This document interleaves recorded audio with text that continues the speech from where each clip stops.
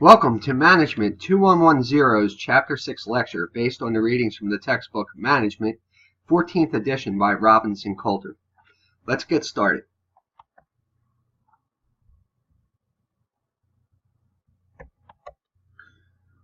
So first, we're going to cover the learning objectives for Chapter 6. We're going to discuss what it means to be socially responsible and what factors influence that decision. Then we're going to explain green management and how organizations can go green. Then we're going to discuss the factors that lead to ethical and unethical behavior. We're going to develop your skill at creating trust in work groups. And then we're going to describe management's roles in encouraging ethical behavior to know how to make good decisions about ethical dilemmas. And finally, we're going to discuss current social responsibility and ethic issues. Then we're going to move on to social obligation, and that's the obligation of a business to meet its economic and legal responsibilities and nothing more. And then we have the classical view, the view that management's only social responsibility is to maximize profits. So the concept of social responsibility has been descriptive in different ways. For instance, it's been called profit making only, or going beyond profit making, any discretionary corporate activity intended to further social welfare, and improving social or environmental decisions. So this goes beyond just the let's accomplish our mission, or for those organizations that are profit driven, meeting those numbers. Okay, some organizations are even taking more contemporary approaches and changing their mission and vision statements to encompass social responsibility. Now, we can understand it better if we first compare it to two similar concepts, and that's social obligation and social responsiveness, which I just explained, but we're going to go over them again. So social obligation is when a firm engages in social actions because of its obligation to meet certain economic and legal responsibilities. And the organization does what's obligated to do and nothing more. Okay, so it's basically just meeting. This idea reflects the classical view of social responsibility, which says that management's only social responsibility is to maximize profits, which I said earlier. The most outspoken advocate of this approach is economist and Milton Friedman. He argued that managers' primary responsibility is to operate the business in the best interests of the stockholders, whose primary concerns are financial.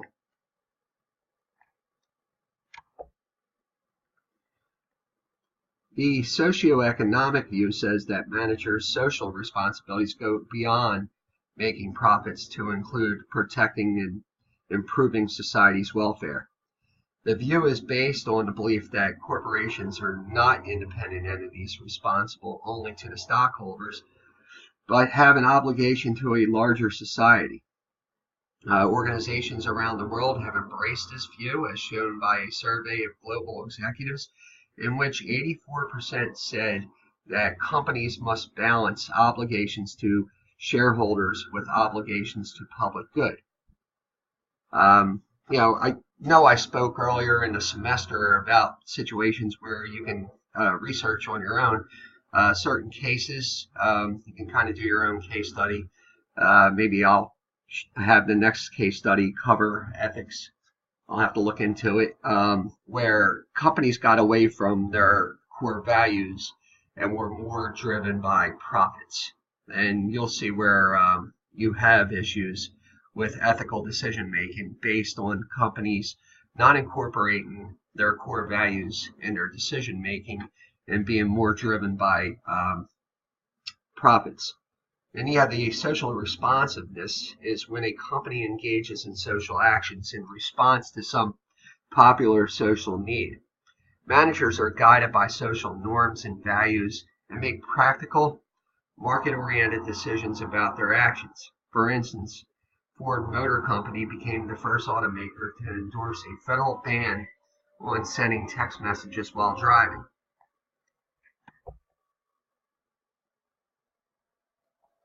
So a socially responsible organization goes beyond what it's obligated to do or chooses to do because of some popular social need and does what it can to help improve society because it's the right thing to do.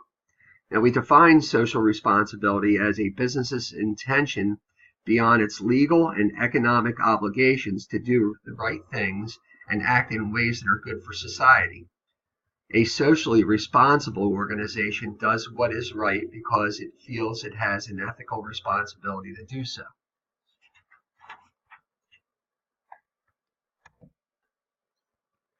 Another way to view social involvement in economic performance is by looking at socially responsible investing funds, SRI funds, which provide a way for individual investors to support socially responsible companies. So you can find a list of SRI funds at the website www.socialfunds.com. Typically, these funds use some type of social screening. That is, they apply social and environmental criteria to investment decisions.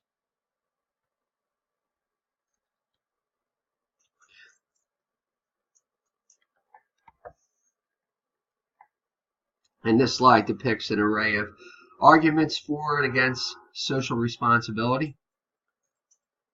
So for, you have the public expectations. Public opinion now supports businesses pursuing economic and social goals. You have the long run profits. Socially responsible companies tend to have more secure long run profits. Then you have the ethical obligation, which businesses should be socially responsible because responsible actions are the right thing to do. Then you have the public image. Businesses can create a favorable public image by pursuing social goals. Then you have the better environment. Business involvement can help solve difficult social problems. Then you have discouragement of further government regulation. By becoming socially responsible, businesses can expect less government regulation. Then you have balance of responsibility and power.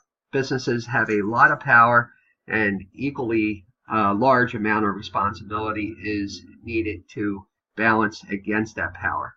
Then you have stockholder interest. Social responsibility will improve a business's stock price in the long run. Then you have possession of resources. Businesses have the resources to support public and charitable projects that need assistance. And then you have superiority of prevention over cures. Businesses should address social problems before they become serious and costly to correct. Then the argument against is violation of profit maximization. Businesses is being socially responsible only when it pursues its economic interests. Then you have dilution of purpose. Pursuing social goals dilutes businesses' primary purpose, economic productivity. Then you have costs. Many socially responsible actions do not cover their costs, and someone must pay for those costs. Then you have too much power. Businesses have a lot of power already. If they pursue social goals, they will have even more. Then you have lack of skills. Business leaders lack the necessary skills to address social issues. And then you have the lack of accountability. There are no direct lines of accountability for social actions. Now you look at the arguments for and against, you see that there tend to be more for social responsibility, which makes sense. And you look at the arguments against, and there's arguments for them. So you just look at the validity of them, and you can see a difference in the arguments for and the arguments against.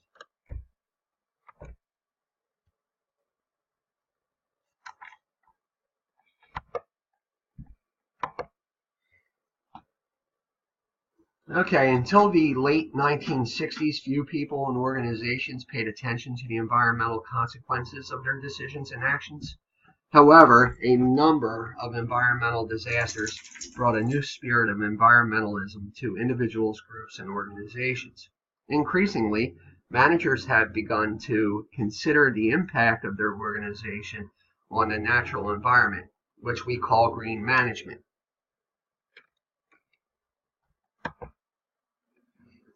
Managers and organizations can do many things to protect and preserve the natural environment. Some do more than what is required by law, that is, they fulfill their social obligation. The first approach, the legal or light green approach, is simply doing what is required legally. In this approach, which illustrates social obligation, organizations exhibit little environmental sensitivity. They obey laws, rules, and regulations without legal challenge, and that's the extent of their being green. As an organization becomes more sensitive to environmental issues, it may adopt a market approach and respond to environmental preferences of customers. Whatever customers demand in terms of environmentally friendly products will be what the organization provides. So again, we have the legal or light green approach. Its firms simply do what is legally required by obeying laws, rules, and regulations willingly and without legal challenge. Then you have the market approach. Firms respond to the preferences of their customers for environmentally friendly products. So how organizations go green? In the stakeholder approach, an organization works to meet the environmental demands of multiple stakeholders such as employees, suppliers, or community.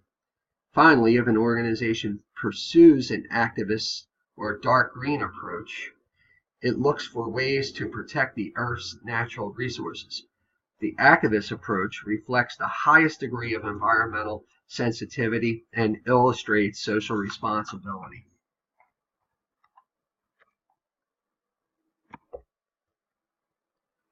So Exhibit 6-2 illustrates the shades of green model to describe the different environmental approaches that organizations may take.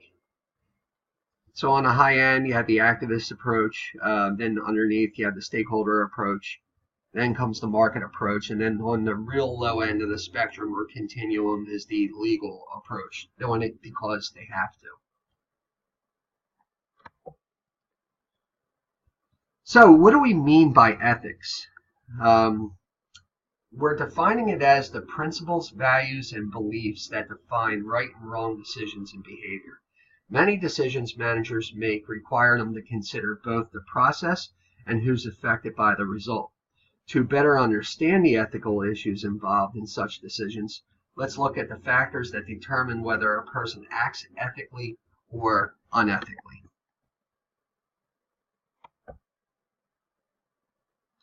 So Exhibit 6-3 shows several factors that influence whether someone behaves ethically or unethically when faced with an ethical dilemma. So you have the individual characteristics. That comes from your intrinsic decisions. That's where you've kind of shaped your subjective responsibilities to be aligned with the objective ones. Your moral compass is probably pretty consistent with the norms and values of society or your organization's core values. Then you have issue intensity. Sometimes when you are faced with volatile, uncertain, complex, and ambiguous times, you tend to shoot off the hip. Which just reinforces why you need to shape your own moral compass, because that's what you're going to act on during times of complexity where you're not using a checklist. You're not you don't have time to pull out the handbook or your organization's instructions or policies. So you're going to act off of what your inner voice is saying. So it's very important to shape that inner voice to be very consistent with your organization's values, because that's what you're going to work off of. Then you have your structural variables. That's the organization itself. You guys have policies, procedures, layout of the organization, hierarchical chain, if you will, if there is one, and then comes the organization's culture. Does the organization foster a culture of values, morals, and ethics? If so, then there's a higher probability that employees are going to act in accordance with. So You have your ethical dilemma, and then your stage of moral development here, and then it goes into those 4 factors or variables that I was talking about, and being the individual characteristics, the issue intensity, the structural variables, and then the organizational culture, and then the final product is your behavior, whether it's going to be ethical or unethical.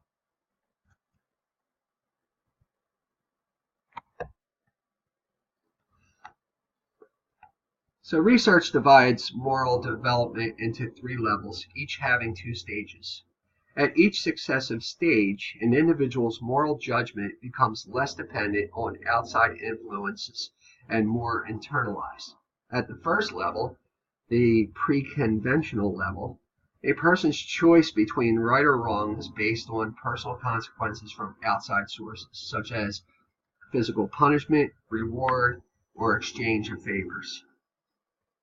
At the second level, the conventional level, ethical decisions rely on maintaining expected standards and living up to the expectations of others.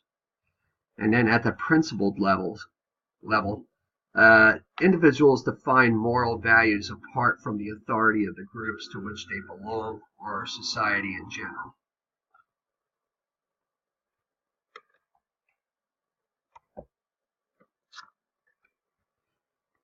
And here are the 3 levels and 6 stages are described in Exhibit 6-4. So in the pre-conventional, like I said earlier, you're sticking to the rules to avoid physical punishment. You're following rules only when doing so in your immediate interest. You'll see where certain things drive behavior. Either people want to intrinsically do the right thing, or they are doing it based on, or they behave or act based on their objective responsibilities. And along with the objective responsibilities comes those imposed obligations and associated accountability. And what I mean by that is the obligations could be, a work order. If you're at the workplace, it could be a protocol that's established by your leadership or management that you have to do something at a certain time or a certain way, and you basically do it in accordance with the requirements just because of the associated accountability, which means you're essentially sticking to the rules to avoid punishment, because your boss is going to hold you accountable if you don't do it in a certain fashion.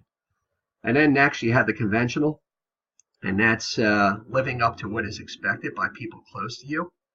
And then maintaining conventional order by fulfilling obligations to which you have agreed.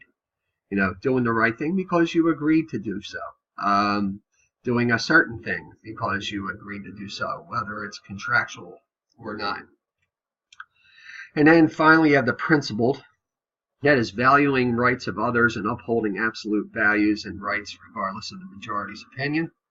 It involves a lot of moral courage too, doing the right thing even if it's the unpopular thing to do. And then you have following self-chosen ethical principles even if they violate the law.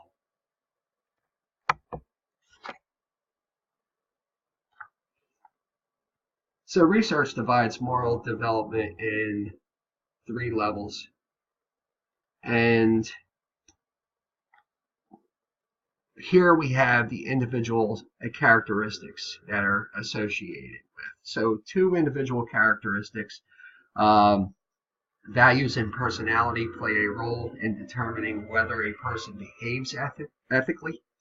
Each person comes to an organization with a relatively entrenched set of personal values. I know I've gone over this in the past, but it's very relevant to this chapter, and that represents the basic convictions about what is right and what is wrong. Our values develop from a young age based on what we see and hear from parents, teachers, friends, and others.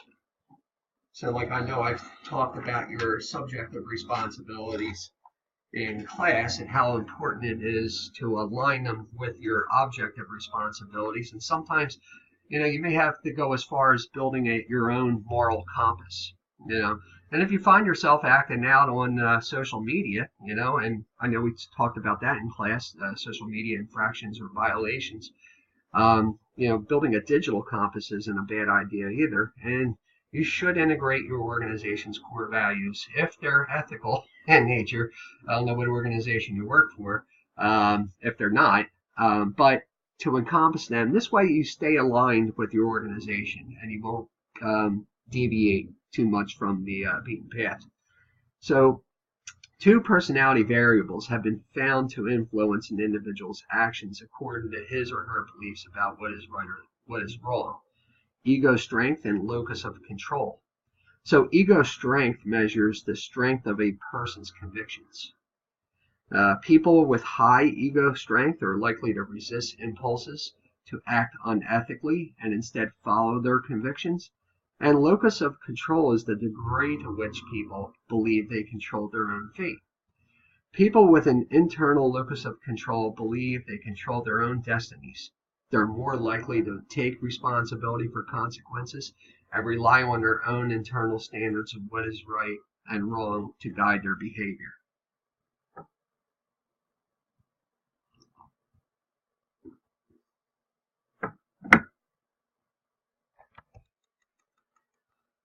Now, an organization's culture consists of shared organizational values. These values reflect what the organization stands for and what it believes in, as well as create an environment that influences employee behavior ethically or unethically. When it comes to ethical behavior, a culture is more likely to encourage high ethical standards, is one that's high in risk tolerance, control, and conflict tolerance.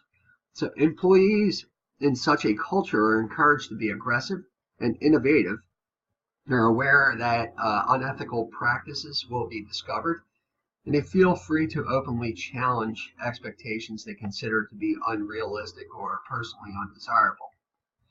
Now, because of shared values can be powerful influences, many organizations are using values-based management in which the organization's values guide employees in the way they do their jobs.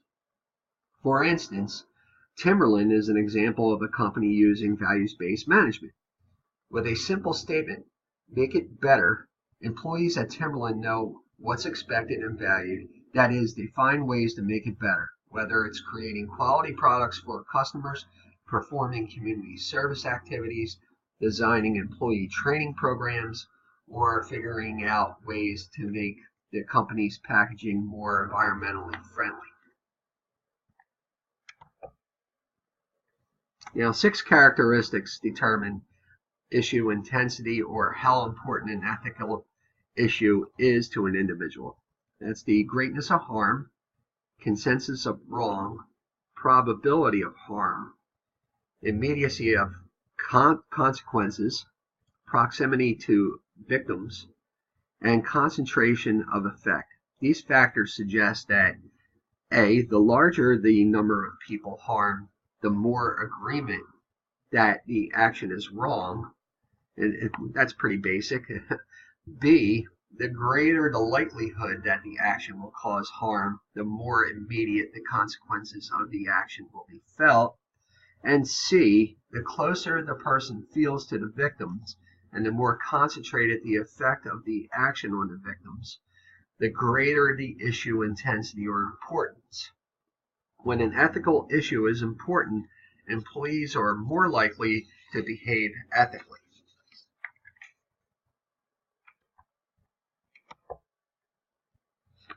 As Exhibit 6-5 shows, the 6 characteristics determine issue intensity or how important an ethical issue is to an individual.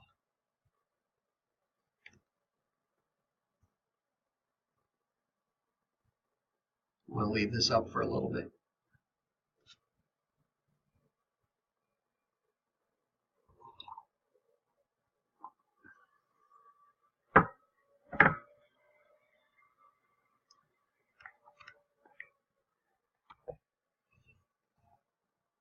Now, are ethical standards universal? Although some common moral beliefs exist, social and cultural differences between countries are important factors that determine ethical and unethical behavior. In the case of payments to influence foreign officials or politicians, U.S. managers are guided by the Foreign Corrupt Practices Act, the FCPA, which makes it illegal to knowingly corrupt a foreign official. However, even this law doesn't always reduce ethical dilemmas to black and white. In some countries, government bureaucrat salaries are low because custom dictates that they receive small payments for those they serve. Payoffs to these bureaucrats grease the machinery and ensure that things get done.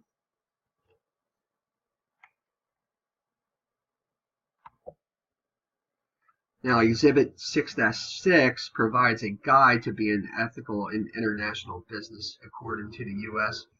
or the United Nations Global Compact, which is an initiative created by the United Nations outlining principles for doing business globally in the areas of human rights, labor, the environment, and anti-corruption. So you have the under human rights, you have Principle 1 is support and respect the protection of international human rights within their sphere of influence. And their second principle under human rights is to make sure business corporations are non-complicit in human rights abuses. And then under labor standards, next category, their third principle, freedom of association and the effective recognition of the right to collective bargaining. And then the fourth principle, the elimination of all forms of forced and compulsory labor. The fifth principle, the effective abolition of child labor. And then under the sixth principle, the elimination of discrimination in respect to employment and occupation. The seventh principle is the support precautionary approach to environmental challenges. And the eighth principle under environment is to undertake initiatives to promote greater environmental responsibility. And under environment, the last principle, ninth principle overall, encourage the development and diffusion of environmentally friendly technologies. And then the last principle, which is under the anti-corruption category, is businesses should work against corruption in all its forms, including extortion and bribery. So the selection process, that's interviews, tests, background checks, and so forth, should be viewed as an opportunity to learn about an individual's level of moral development, personal values, ego, strength, and locus of control. However, a carefully designed selection process isn't foolproof, and even under the best circumstances, individuals with questionable standards of right and wrong may be hired. A code of ethics, a formal statement of an organization's values and the ethical rules it expects employees to follow, is a popular choice for reducing that ambiguity. Now, research shows that 97% of organizations with more than 10,000 employees have a written code of ethics. Even in smaller organizations, nearly 93% have one. And this is kind of consistent with the HR, human resources initiatives I spoke about, where organizations are starting to realize that they need to identify those creative and innovative people at the time of hire. Well, research has also shown that finding individuals who are aligned with your core values is important at the time of hire. So that's another attribute that organizations are looking for. You want people who are aligned with your core values because it's less work shaping them. And then you always have the worry of whether or not they're truly going to espouse the organization's values. Or will they ever align with your values? There are some people, due to certain personal and psychological variables, you're just not going to change. And organizations are having problems with those people, and they've identified that the time to get somebody who aligns with your values is at the time of hire or the time of recruiting. It's not like you go and you hire somebody who's not very consistent with your values, and then you have to worry about shaping that person. Now, even the best programs you can implement, sure, you can shape people to espouse your organization's values, but maybe not everybody's going to, and that can be very costly for an organization. So a survey of companies' code of ethics found that their content tended to fall into three categories, as shown in Exhibit 6-7.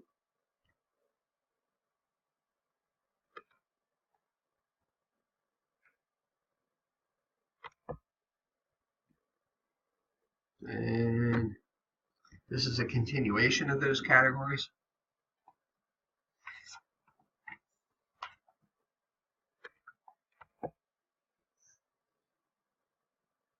And managers should use the 5-step process presented in Exhibit 6-8 to guide employees when faced with ethical dilemmas. So you want them to be able to identify the ethical dilemma. Hopefully they can see that there is one. And who are the affected stakeholders? That's going to have an impact on your decision. And what personal, organizational, or external factors are important in this decision? And then what are the alternatives? So what is your decision? That final product in your head or on paper, whether it be in the idea or strategy, and how are you going to act on it? So doing business ethically requires a commitment from top managers. Why? Because they're the ones who uphold the shared values and set the cultural tone. Remember, they're supposed to be leading by example. In a lot of organizations, everything's top down. So they're the role models in terms of both words and actions, though what they do is far more important than what they say. Top managers also set the tone by their reward and punishment practices. The choices of whom and what they are rewarded with pay increases and promotions send a strong signal to employees. Now, leadership, doing business ethically, requires a commitment from top managers because they're the ones who uphold the shared values and set the cultural tone. They're the role models in terms of both words and actions, and what they do is far more important than what they say.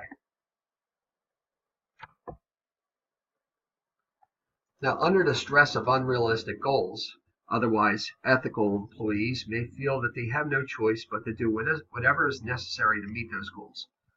Also, goal achievement is usually a key issue in performance appraisal. If performance appraisals focus only on economic goals, ends will begin to justify the means. To encourage ethical behavior, both ends and means should be evaluated. For example, a manager's annual review of an employee might include a point-by-point evaluation of how their decisions measured up against the company's code of ethics, as well as how well their goals were met. I know early in the semester I spoke about what happened with Wells Fargo. That's just one example, but many organizations that are performance-based, especially driven by productivity of manufacturing or profits, those financial institutions, if they don't integrate their company's core values and how employees are exhibiting or enacting the espoused values of the organizations into their performance appraisals, a standard of measures, employees are going to be shifting their focus towards those bonuses. They're going to be profit driven. You will start to see unethical practice in areas like organizations that pay by commission, for example. You don't want to be just totally profit driven, for the commission. You want to reward those employees based on their performance appraisal if they're rated high for enacting the espoused values, core values of the organization. It's very important.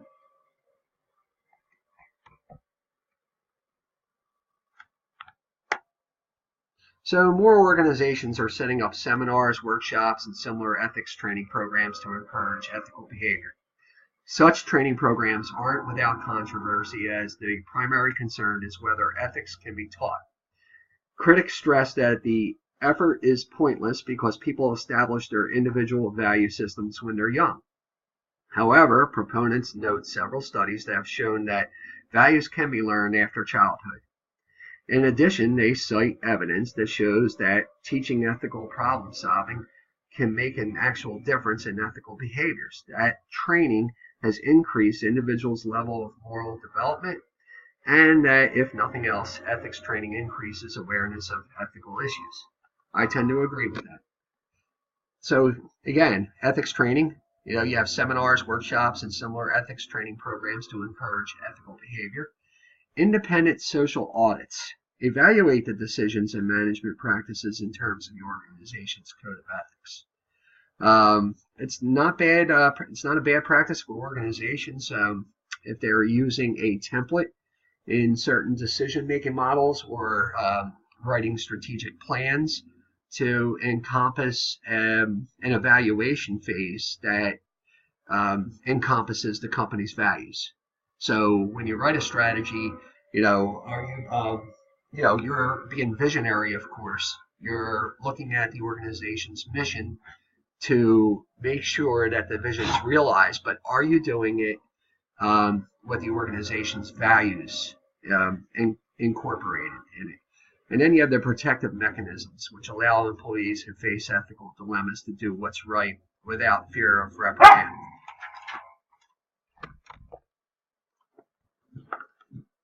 Sorry, I do have a dog. So next we have the social responsibility and ethics issues in today's world. So even after public outrage in the Enron misdeeds, irresponsible and unethical practices by managers in all kinds of organizations haven't gone away. One survey reported that among 5,000 employees, 45% admitted to falling asleep at work, 22% said they spread a rumor about a coworker, and 18% said that they snooped after hours, and 2% said that they took credit for somebody else's work. Unfortunately, it's not just at work that we see such behavior. Studies conducted by the Center for Academic Integrity showed that 26% of college and university business majors admitted to serious cheating on exams, and 54% admitted to cheating on written assignments. But business students weren't the worst cheaters. That distinction belonged to journalism majors, of whom 27% said that they cheated.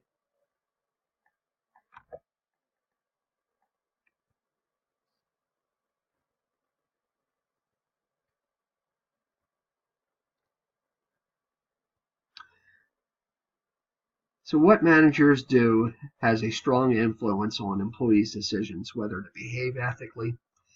When managers cheat, lie, steal, manipulate, take advantage of situations or people, or treat others unfairly, what kind of signal are they sending to employees?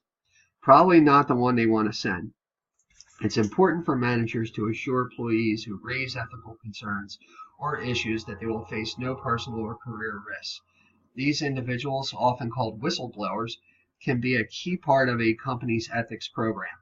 For example, Sharon Watkins, who was vice president at Enron, clearly outlined her concern about the company's accounting practices in a letter to the chairman, Ken Lay. And Exhibit 6-9 illustrates the attributes associated with being an ethical leader. Being an ethical leader, in accordance with the slide, is being a good role model by being ethical and honest. Tell the truth. Don't hide or manipulate information. Be willing to admit your failures. Share your personal values by regularly communicating them to employees. Stress the organization's or team's important shared values, and use the reward system to hold everyone accountable to those values. A social entrepreneur, an individual or organization who seeks out opportunities to improve society by using practical, innovative, and sustainable approaches. What business entrepreneurs are to the economy, social entrepreneurs are to social change. Social entrepreneurs want to make the world a better place and have a driving passion to make that happen. Now, corporate philanthropy can be an effective way for companies to address societal problems. For instance, the breast cancer pink campaign and the global AIDS red campaign started by Bono are always that company's social support social causes. Employee volunteering is another popular way for businesses to involve in promoting social change. For instance, Dow Corning sent a small team of employees to rural India to help women examine stitchery and figure out prices for garments to be sold in local markets.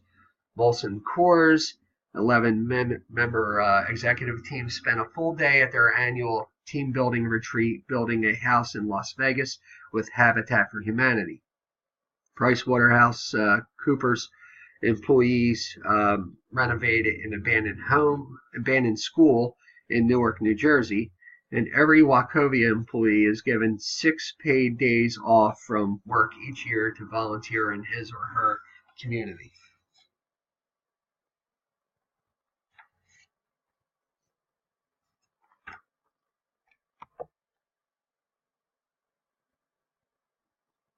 So in review of Learning Objective 6.1, discuss what it means to be socially responsible and what factors influence that decision. Social obligation, which reflects the classical view of social responsibility, is when a firm engages in social actions because of its obligation to meet certain economic and legal responsibilities. Social responsiveness is when a firm engages in social actions in response to some popular social need. Social responsibility is a business's intention beyond its economic and legal obligations to pursue long-term goals that are good for society. Both of these reflect a socio-economic view of social responsibility. Determining whether organizations should be socially involved can be done by looking at arguments for and against it. Other ways are to assess the impact of social involvement on a company's economic performance and evaluate the performance of SRI funds versus non-SRI funds. And we can conclude that a company's social responsibility doesn't appear to hurt its economic performance. Now, in review of our second learning objective, green management is when managers consider the impact of their organization on the natural environment. Organization can go green in different ways. The light green approach is doing what is required legally, which is social obligation. Using the market approach, organizations can respond to the environmental preferences of their customers. Using the stakeholder approach, where organizations can respond to the environmental demands of multiple stakeholders. Both the market and stakeholder approaches can be viewed as social responsiveness. With an activist or dark green approach, an organization looks for ways to respect and preserve the earth and its natural resources, which can be viewed as social responsibility. Green actions can be evaluated by examining reports that companies compile about their environmental performance by looking for compliance with global standards for environmental management, and by using Global 100 list of the most sustainable corporations in the world. In review of the third learning objective, ethics refers to the principles, values, and beliefs that define right and wrong decisions and behavior. The factors that affect ethical and unethical behavior include an individual's level of moral development. That's the pre-conventional, conventional, or principled. There are individual characteristics, that is, values and personality variables, ego strength, and locus of control. And the structural variables, which is the structural design, use of goals, performance appraisal systems, and reward allocation procedures, and the organizational culture, which is the shared values and cultural strength, and the issue intensity. That's the greatness of harm, consensus of wrong, probability of harm, immediacy of consequences, proximity to victims, and concentration of effect. Since ethical standards aren't universal, managers should know what they can and cannot do legally, as defined by the Foreign Corrupt Practices Act. It's also important to recognize any cultural differences and to clarify ethical guidelines for employees working in different global locations. Finally, managers should know about the principles of the Global Compact and the Anti-Bribery Convention. Now, in review of the fourth learning objective, the behavior of managers is the single most important influence on an individual's decision to act ethically or unethically.